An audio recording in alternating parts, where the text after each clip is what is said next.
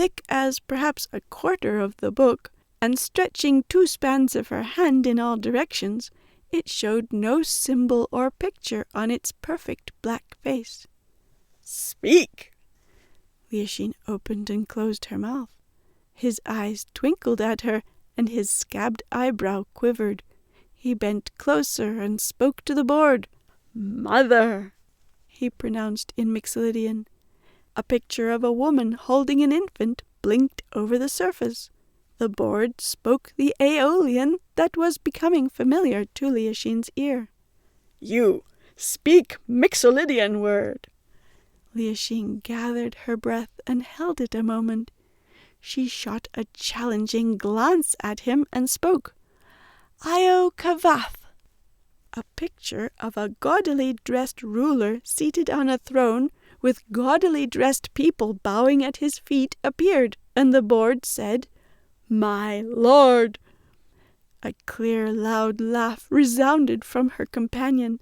He said some words in Aeolian with his head tilted back.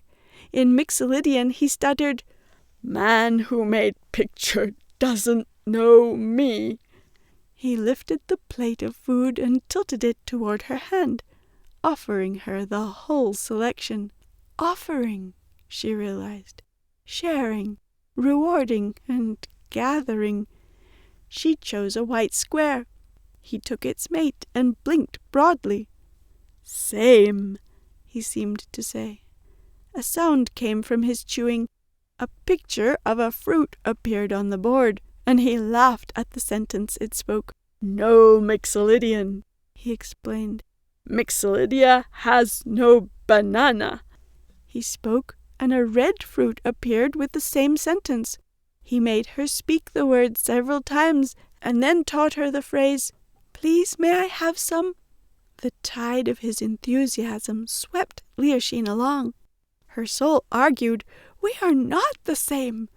Her grief complained, "Why should a slave ask for things?" But his approval and childlike pleasure at her success, and his sharp frown so easily erased by her earnest corrections, overwhelmed her objections.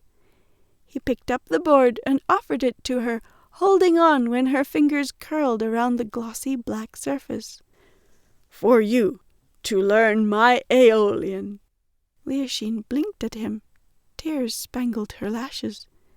"Thank you," she breathed. Aeolian words answered her. He addressed the board. "Thank you." The board responded with a picture of 2 people exchanging a bright package, and a phrase she committed to memory.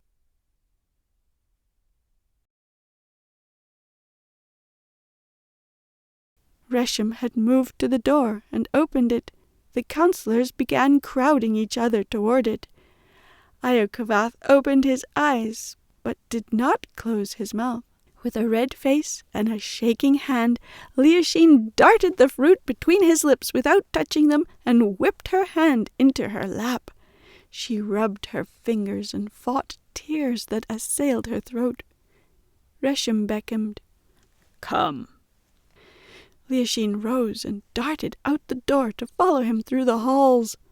"That was good," Reshem approved. "We'll do that again." "Why does he do that?" Leoshine rubbed the back of her fingers down her legs. Reshem did not slow down.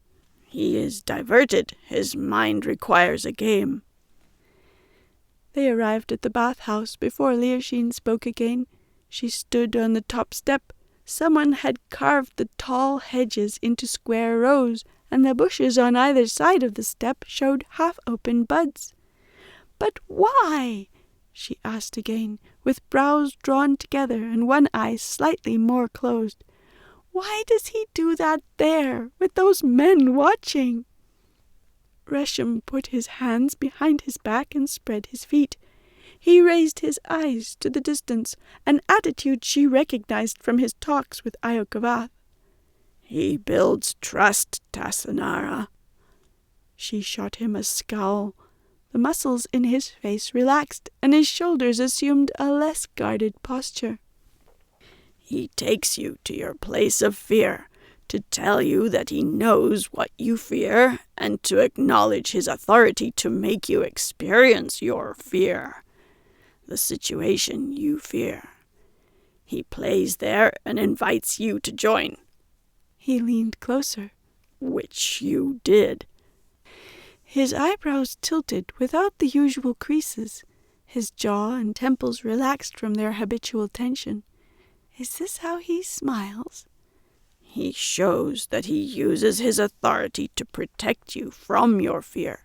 Neither he nor others, he lifted an eyebrow at her, will hurt you because you are his. He means himself. Leoshine blinked. Io Kavath will protect me even from himself.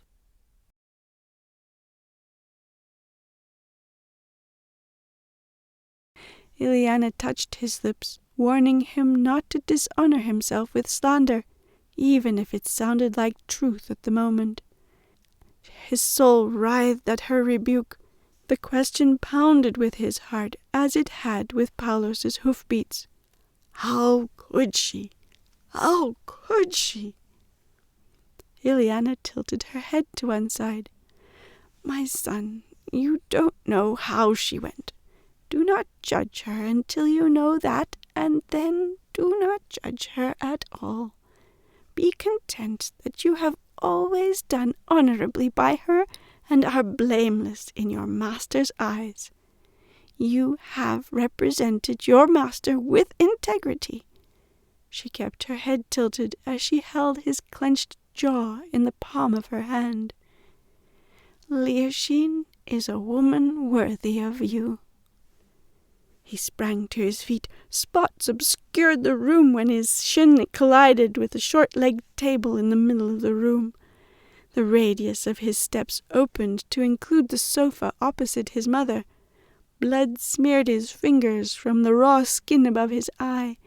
The intolerable pain in his chest constricted his breath, and he pulled at the fabric of his blouse. Ileana settled into her chair.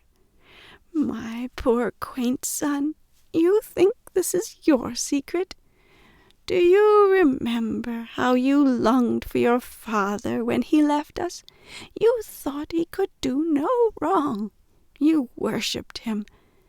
Then he returned, and you found that he was a man full of anger and bitterness, and your heart turned against him. You have isolated that girl so that her family has grown in virtue and stature. Her brother would be a hero from her babyhood. If he came to offer her his company, she would not think twice. He could tell her any lie. He could offer her the humblest path, and she would not hesitate to take it. Can you trust her to stay and watch your enemy? Do you believe in her intelligence and wisdom as much as you want her to believe in yours? Surely she will see the truth, and she will freely give her heart to you instead of your wresting it from her. You set father free. It nearly killed you. Ileana straightened in her chair. He nearly killed me. Avram screamed and paced faster. Both hands squeezed his blazing purple temples. His breath snorted through flared nostrils. Ileana murmured in a lilting voice, You are angry. Yes! He screamed. You want to kill. All motion ceased. No! He cast himself at her feet. Father killed in his anger. In her tone she warned him that he reminded her of that cruelty and insensitivity to life. No, if he killed anything in his anger, he would be killing her and all she had taught him. He leaped up, crossed the room, and stared at the wall. He paced behind her sofa and held his breath until her voice curled in his ear. By increments he sank to his knees, and placed his head in her lap. Avram felt his mother soften. Her song reached his heart. Solemn stillness followed. Calm settled, and neither moved to break it. Avram subsided and sent his spirit out. He knew Ileana's was ahead, already convening with Iokavad. Quaint, she had called him. Ileana curled his hair around her fingers. She has distracted you from your first purpose. Your master sent you to claim this kingdom in his name. No, don't say that. You don't know how many times I have cried out, "This is too much for me." Avram swallowed hard. I would have broken under the yoke if there hadn't been a little face in the corner reminding me, urging me toward the redemption of her people. She is a gift from my master, part of the yoke. Now she is gone, and I'd rather have my heart torn from my chest. Ileana's tears splashed on his hand. His soaked her skirt. He rose again and paced for another long stretch. He finally looked up, frowning. So, to battle? Throw yourself into it. She is waiting for you on the other side.